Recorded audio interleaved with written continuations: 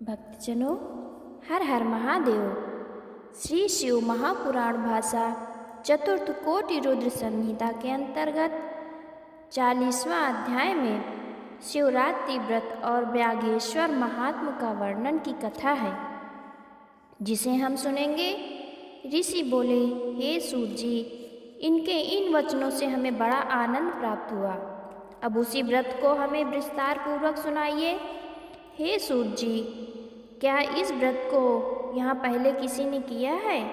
और यदि किया है तो अज्ञान से भी किया हो तो उसका श्रेष्ठ फल क्या होता है, ये कहिए। सूत जी कहते हैं, हे समस्त ऋषियों, इस पर मैं आप लोगों से एक निषाद के इतिहास का वर्णन करता हूँ, जो इस प्रकार से पापों का नाश करने वाला है। पूर्व समय में गुरुग्रह नाम का एक पापी निषाद रहता था, जो नित्य वन में जाकर मृगों और पशुओं को मारता तथा वहाँ वन में रहकर चोरी आदि दुष्कर्मों को किया करता था तथा बालपन से लेकर कुछ भी शुभ कार्य नहीं किया था। इस प्रकार उस दुष्ट आत्मा को वन में रहते बहुत दिन हो गए और उससे कोई भी शुभ कार्य कर्म न बन पड़ा। तो एक दिन शिवरात्रि का समय प्राप्त होने पर वो अपनी गर्भिणी स्त्री एवं परिवार के लिए आहार की खोज में वन में घुसा, परंतु पूरे दिन दौड़ धूप करने पर भी कोई शिकार उसके हाथ ना आया।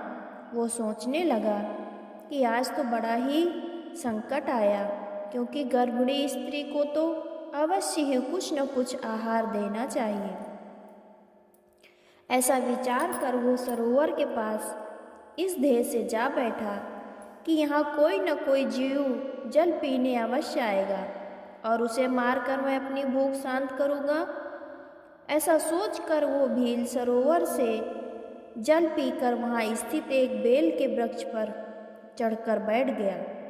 रात्रि के प्रथम प्रहर में एक हिरनी प्यास से व्याकुल हो वहाँ जल पीने आई। भील ने उसे देख प्रसन्न हो अपने धनुष में बाण चढ़ाया। उसके इतना करते ही उस बेल के वृक्ष से जो जल तथा बेलपत्र वहाँ नीचे स्थित शिव जी के ज्योतिर्लिंग पर गिरा, तो उससे शिव जी की पूजा हो गई। फिर तो उसके प्रताप से उसके पास सब पाप नष्ट हो गए। तब धनुष के शब्द को सुनकर हिरनी ने बेल से कहा, भील की ओर देखा, उसके प्राण व्याकुल हो गए। उसने व्याघ्र से कहा, हे व्याघ्र, क्या करना चाहते हो? तुम मेरे समक्ष सत्य सत्य कहो। मृगी की ऐसी बात सुनकर भील कहने लगा कि आज मेरा कुटुंब भूखा है, तुम्हें मारकर मैं अपने कुटुंबियों की भूख शांत करूँगा। तब ऐसे कठिन दुष्ट को देखकर हिरनी सोचने लगी कि हाँ, मैं क्या करूँ, कहाँ जाऊँ। ऐसा विचार कर वो अपने मन में उपाय रचकर बोली, हे व्याघ्र, यदि तुम मेरे शरीर के मांस से ही सुखी हो तो मेरे लिए इससे बढ़कर पुण्य और क्या हो सकता है।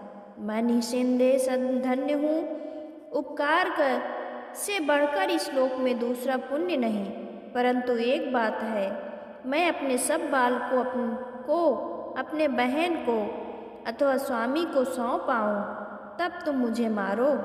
सत्य से ही पृथ्वी स्थित है, सत्य से ही समुद्र तथा सत्य से ही जल की धारा है।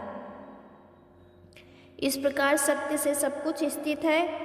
परंतु मृगी के ऐसा कहने पर भी उस व्याघ्र ने ना माना। तो विस्मित हो हिरनी ने अनेक शास्त्रोक्त वचन कहे उसे अपना विश्वास दिलाया और यह कहा कि यदि मैं लौट कर न आऊँ तो नरक में पड़ूँ। तब भील को विश्वास हुआ और उसने हिरनी को जाने दिया। हिरनी जल पीकर अपने स्थान को गई। तब तक पहला प्रहर उस व्याघ्र को बिना निद्रा ही बीत गया। तब उस मृगी की बहन दूसरी हिरनी उत्कंठित हो उसकी खोज करती हुई जल पीने के लिए वहां आई। उसे देख भील ने धनुष खींचा तो पहले के समान ही फिर जल और बिल्वपत्र शिव जी के ऊपर गिरे, जिससे व्याघ्र द्वारा शिव जी के दूसरे प्रहर का भी सुख पूजन हो गया। तब हिरनी उस भील को देखकर बोली, हे वनेचर, क्या करते हो? भील ने पहले के समान ही वचन कहा। हिरनी बोली, हे व्याघ्र, सुनो, मैं धन्य हूँ जो मेरा यह देह धारण करना सफल हुआ,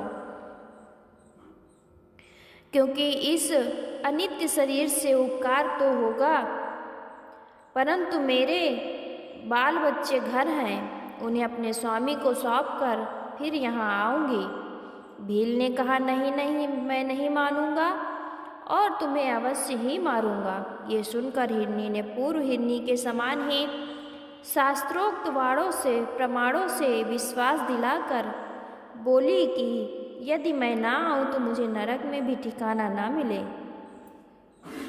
मृगी के इस प्रकार के वचन को सुनकर भील ने मृगी से कहा कि अच्छा जा। हिरनी प्रसन्न हो जल पीकर अपने घर आई। तब तक उस भील का बिना नींद के दूसरा प्रहर भी बीत गया और तीसरा प्रहर आया, परंतु हिरनी के अब तक न आने से व्याघ्र चकित हो उसकी खोज में तत्पर हुआ। तब तक उसे एक मृग आता हुआ दिखाई दिया। उस हष्ट पुष्ट मृग को आते देखकर व्याघ्र धनुष चढ़ा उसे मारने चला। इतने में कुछ एक बेलपत्र उसके प्रारब्धवश फिर शिव जी के ऊपर गिरे, जिनसे उस रात्रि में भील के भाग्य से तीसरे प्रहर की शिव जी की पूजा हो गई। शिव जी ने उस पर कृपा की। उस शब्द को सुनकर मृग ने कहा, हे भील, तुम यह क्या करते हो? व्याघ्र ने उत्तर दिया कि मैं अपने कुटुंब के लिए तुम्हें मारूंगा। ये सुनकर हिरण प्रसन्न हो उस व्याघ्र से बोला, मैं धन्य हूँ जो ये शरीर दूसरे के उपकार के लिए लगेगा, परंतु अपने बाल बच्चों को उसकी माता को सौंप कर आऊँगा, तब मुझे मारो। व्याघ्र ने कहा, नहीं, इसी प्रकार तो यहाँ 3 जीव आए और ये कहकर चले गए, अब मैं तुझे नहीं जाने दूंगा। संकट में प्राप्त हो जो झूठाई से समय व्यतीत करता है, उसका जीवन कैसे रहेगा? मृग ने कहा, नहीं, मैं झूठ नहीं कहता हूँ। देखो, ये सारा चराचर सत्य में ही स्थित है। झूठ बोलने वालों का पुण्य नष्ट हो जाता है। मैं तुमसे सत्य कहता हूँ कि संध्या समय मैथुन करने से, शिवरात्रि के दिन भोजन करने से, झूठी गवाही देने से, किसी की धरोहर मार लेने पर तथा संध्या न करने वाले ब्राह्मण को जो पाप होता है वो पाप मुझे लगे। यदि मैं लौटकर यहाँ ना आऊँ, शिव जी कहते हैं कि तब उस मृग की ऐसी बात सुनकर व्याघ्र ने कहा, जाओ। हिरन जल पीकर अपने घर चला गया। वहाँ जाकर हिरन हिरनी सब आपस में मिले और एक दूसरे को प्रणाम कर परस्पर उस वृतांत को कहने लगे और बोले कि निश्चय ही वहाँ जाना उचित है। सब ने अपने बालकों को धैर्य दिया और जाने की तैयारी की। तब बड़ी हिरनी ने कहा, पहले मैं गई थी इससे अपनी प्रतिज्ञा पूर्ण करने के लिए, मुझे ही पहले जाने दो। तब उसका ये वचन सुनकर दूसरी और उससे छोटी तीसरी हिरनी ने कहा, नहीं, मैं तुम्हारी टहलनी हूँ, मुझे जाने दो। परंतु हिरन ने कहा, नहीं, तुम दोनों यहीं स्थित रहो, मैं वहाँ जाता हूँ। कारण कि माता से ही बालकों की रक्षा होती है। हिरनियों ने कहा, नहीं, विधवापन सबसे कठिन दुख है, हम ही जाएंगे। वे सभी उन बालकों को धैर्य दे उन्हें अपने पड़ोसियों को सौंप शीघ्र ही वहाँ गए जहाँ की वो श्रेष्ठ व्याघ्र था। तब अपने माता पिता को वहाँ गए देखकर सब बालक भी पीछे पीछे ये सोचकर वहाँ चले गए कि जो दशा माता पिता की होगी वही हमको भी स्वीकार है। इस प्रकार उन सबको वहाँ पहुँचा हुआ देखकर वो भील प्रसन्न हो गया और धनुष पर बाण चढ़ाने लगा।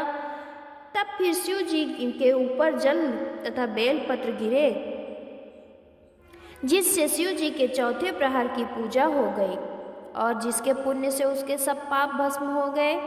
तब तक मृग और मृगी व्याघ्र से बाढ़ चलाने को कहने लगे, परंतु शिव जी की माया भील को ज्ञान हो गया। उसने कहा, ये मृग मृगी धन्य हैं जो परोपकार के लिए इस प्रकार अपने शरीर को होम की करना चाहते हैं। मनुष्य जन्म पाकर मैंने क्या फल पाया जो दूसरों के शरीर को पीड़ा देकर अपने शरीर को पालन किया।